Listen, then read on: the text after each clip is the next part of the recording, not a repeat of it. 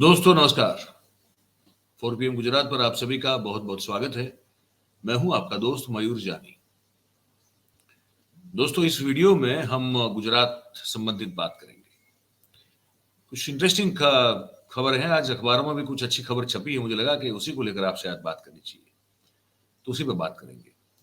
वो कल हमने एक वीडियो बनाया था, आपने देखा होगा। वो पुलिस इंस्पेक्टर हैं तरल भट्ट, जिस तरह से उन्होंने ऑनलाइन बेटिंग वाले मामले में जो सबको मामू बनाया है, वो अभी भी मिल नहीं रहे हैं, लेकिन उन्होंने इंटरिम बेल के लिए जो है वो याचिका कर दी है। ये एक खबर है, आपको पहले ये बता दो, ठीक है।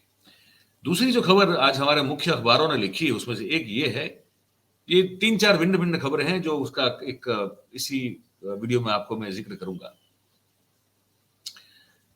हमारा संदेश अखबार लिखता है, बड़ी इंटरेस्टिंग बात है। कहता है कि केंद्र का जो सामाजिक न्याय विभाग है उसके द्वारा गुजरात के साथ अन्याय हुआ है। कैसे हुआ है? कहते हैं कि केंद्र सरकार ने गुजरात को 10 भिन्न भिन्न योजना है, उसमें से एक फूटी कौड़ी नहीं दी। अब ये डबल इंजन में कैसे हो सकता है, लेकिन हुआ है। खबर लिखी गई है कि केंद्र सरकार ने गुजरात को भिन्न भिन्न विविध जो 10 योजनाएं हैं उनमें से 1 रुपए जो है उसका आवंटन नहीं किया, 1 रुपए का भी नहीं। अनुसूचित जाति के विद्यार्थियों के मेरिट में मेरिट जो है वो अच्छा हो, उसमें बेटरमेंट हो, उसके लिए की एक योजना है। फिर एक क्रेडिट गारंटी योजना है। फिर प्रधानमंत्री कौशल्यता संपन्न हितग्राही नाम की भी एक योजना है। ऐसी कुल 10 योजना है। इस प्रकार की 10 योजनाओं में 1 रुपया आवंटित नहीं किया केंद्र सरकार ने गुजरात सरकार को। अब क्यों नहीं किया? इसको अन्याय करार देते हुए मांग उठ रही है कि पैसा दिया जाए इन सब योजनाओं में। तो एक और योजना में तो बता दूं आपको, नाम है मेरे पास सबके। Credit scheme for prevention of alcoholism and drugs abuse. जो ड्रग और अल्कोहलिज्म का जो अब्यूज बढ़ता जा रहा है उसको रोकने के लिए भी एक योजना है, उसमें फूटी कौड़ी नहीं। रिसर्च स्टडी एंड पब्लिकेशन में कोई फूटी कौड़ी नहीं मिली। Integrated programme for senior citizen के लिए जो एक इंटीग्रेटेड प्रोग्राम है उस योजना में भी कोई 1 रुपया नहीं मिला। National survey on drug abuse में भी 1 रुपया नहीं मिला, ठीक है। Integrated programme for rehabilitation of beggar, भिक्षुकों के रिहेबिलिटेशन के लिए, उनके पुनर्वसन के लिए जो एक योजना चलती है उसमें 1 रुपया नहीं मिला, ठीक है। राष्ट्रीय वयोश्री वंश्री योजना में 1 रुपया नहीं मिला। विश्वास योजना में 1 रुपया नहीं मिला। तो इसमें अलग अलग फिर जो अनुसूचित जाति, जनजाति और बख्शीपंच के लोग जो हैं उनके सामाजिक, आर्थिक और शैक्षणिक उत्थान के लिए जो योजना चलती है उसमें भी 1 रुपया नहीं मिला। तो ये बात जो है ये बड़ी इंटरेस्टिंग है। मैंने कहा पहले ये बता दो। दूसरी खबर, हाईकोर्ट ने जो है फिर से एक कड़ा रुख लिया है। गुजरात हाईकोर्ट ने, ये अखबार की ये लास्ट पेज की बॉटम में ये खबर है। हाईकोर्ट ने बड़ा कड़ा रुख लिया। किस मामले में लिया? तो भाई सरकार जब ये 2022 का चुनाव हो रहा था ना, तो उसमें उस समय के गृह राज्य मंत्री हर्ष संघवी ने कहा था कि जैसे ही अब हमारी नई पारी शुरू होगी हम तुरंत से जो 29,000 जगह खाली हैं पुलिस महकमे में, गुजरात पुलिस महकमे में, विभाग में 29,000 खाली जगह, रिक्त पद पड़े हुए हैं, तो उनको तुरंत जो है पहले इस साल में हम 10,000 के आसपास भर देंगे। हो कुछ नहीं रहा है। तो हाईकोर्ट ने जो है डंडा उठाया, कहा कि भैया ये जो कहा था क्या हो रहा है ये बताओ। तो खबर है कि पुलिस विभाग में 29,000 जगहें खाली हैं। ऐसा जवाब फिर से सरकार ने हाईकोर्ट में दिया है। तो हाईकोर्ट ने कहा है कि ये नहीं चलेगा, आपको तुरंत जो है भर्ती करनी पड़ेगी। तो सरकार ने कहा कि 29,000 में से 12,000 रिक्त स्थानों को भरने की पूरी कोशिश चल रही है। कोशिश क्या होती है, या तो भरने की प्रक्रिया चल रही है, तो कब तक होती है इसका कोई जवाब नहीं। लेकिन अगर थोड़ा विस्तार से बता दें तो एक पीआईएल हुई थी। इसमें जो कौमी दंगे होते हैं उस दौरान जो पब्लिक मिल्कियत जो होती है ना, जिसको कहते हैं कि जाहिर मिल्कियत जिसको कहते हैं, या तो सरकारी संपत्ति जिसको कहते हैं वो होती है, लोगों की दुकानों को, घरों को भी तकलीफ होती है, ये सब चीज होती है।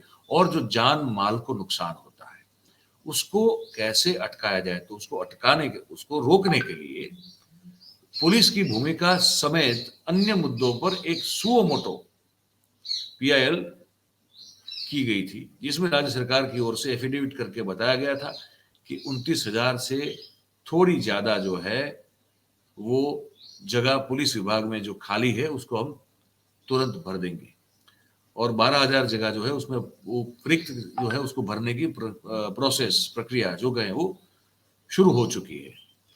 तो उस समय ये हुआ था, अब उसका अमलीकरण हो नहीं रहा है।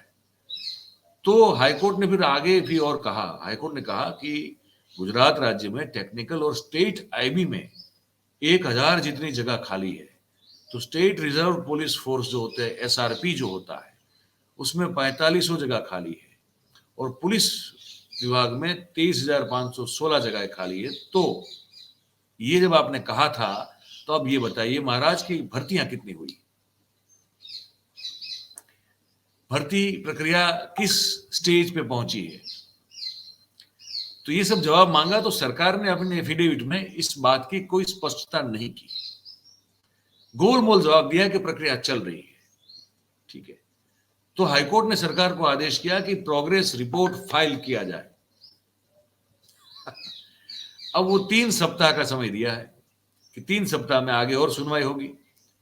ठीक है, तो सरकार ने अपने एफिडेविट में इतना ही बताया कि 21.3% जगह खाली है पुलिस विभाग में, और हम भर्ती की प्रक्रिया कर रहे हैं। अब इसको सुनिए, आपने सुना इसको, हाईकोर्ट डंडा लगा रहा है, सरकार गोलमोल जवाब दे रही है।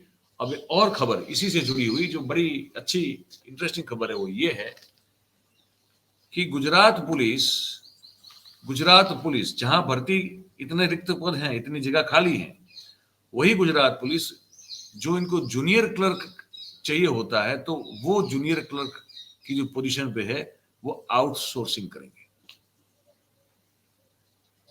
एक तरफ हाईकोर्ट डंडा लेके खड़ा है, पूछ रहा है कि प्रोसेस कहां पहुंची पुलिस विभाग के रिक्त पदों को भरने की, और दूसरी ओर गुजरात पुलिस जो है वो जूनियर क्लर्क पोजीशन पर जो है वो आउटसोर्सिंग करने के लिए तैयार हो रहा है। तो खबर इसमें यह भी है कि गुजरात पुलिस तंत्र में एडमिनिस्ट्रेटिव कामकाज के लिए जूनियर क्लर्क जैसी पोजीशन जो महत्वपूर्ण होती मानी जाती है एडमिनिस्ट्रेशन में, वहां पे आउटसोर्सिंग जो है सेवाएं उपलब्ध की जाएगी। ठीक है, अच्छा, अब ये हमारा एक गौण सेवा पसंदगी मंडल है गुजरात में, गौण सेवा पसंदगी मंडल जिसको कहते हैं, वो एक है, वो भी, उसने भी भर्ती की इस जगह पे, परमानेंट भर्ती की। तो गौण सेवा पसंदगी मंडल ने 4,304 जगहों पर भर्ती प्रक्रिया में जो 898 सीटों का इजाफा किया है, उसमें से पुलिस विभाग में खाली पड़ी 556 जूनियर क्लर्क की पोजीशन जो है उसका समावेश नहीं किया है।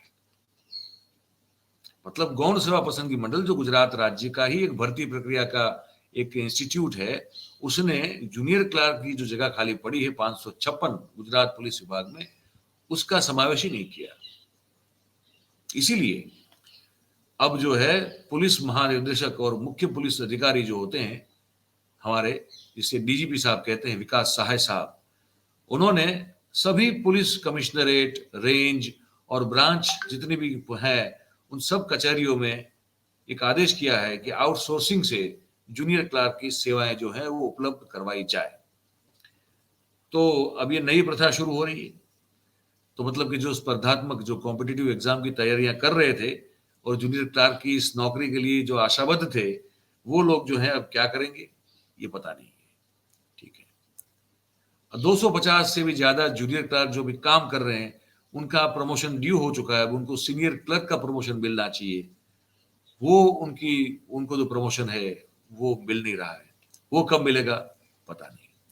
और पुलिस महकमे में, पुलिस विभाग में भी ये चर्चा शुरू हुई है कि क्या गुजरात पुलिस में अब जूनियर क्लर्क की पोजीशन पर परमानेंट सरकारी नौकरी मिलेगी या फिर ये सब आउटसोर्स्ड ही होता रहेगा, क्योंकि इसकी शुरुआत विकास सहाय साहब ने कर ली है। तो दो अलग अलग, एक तरफ हाईकोर्ट कुछ कह रहा है, दूसरी ओर गौण सेवा पसंदगी मंडल जो है वो इसको सुन नहीं रहा है। तो पुलिस को मजबूरन आउटसोर्स करना पड़ेगा 556 जगहों पर जूनियर क्लार्क को। यही बताना था आपको डबल इंजन कैसे काम कर रहा है। एक तरफ हाईकोर्ट क्या कह रही है, दूसरी ओर हमारा जो सरकार है वो गोल गोल जवाब दे रही है, और पुलिस जो है वो मजबूर है आउटसोर्स करने के लिए, क्योंकि वहां पे भर्ती नहीं हो पा रही है और उनको चाहिए एडमिनिस्ट्रेटिव काम के लिए क्लर्क चाहिए। तो ये स्थिति है अभी, ये मैंने आपको बता दी। अब इसको सुनकर आपको क्या लगा, आपने क्या सोचा, आपके मन में क्या विचार आया, लिख के जरूर से बताइएगा। बात अगर आपको हमारी पसंद आ रही हो, अच्छी और सही लग रही हो, तो फिर इस वीडियो को आप लाइक करें, इसकी लिंक को आप हो सके उतना शेयर करें, और हमारा जो चैनल है 4PM गुजरात उसको आप सब्सक्राइब करें और अपने आसपास के लोगों से करवाएं। बहुत बहुत धन्यवाद आप सभी का इस कार्यक्रम में हमारे साथ जुड़ने के लिए। Thank you very much. नमस्कार।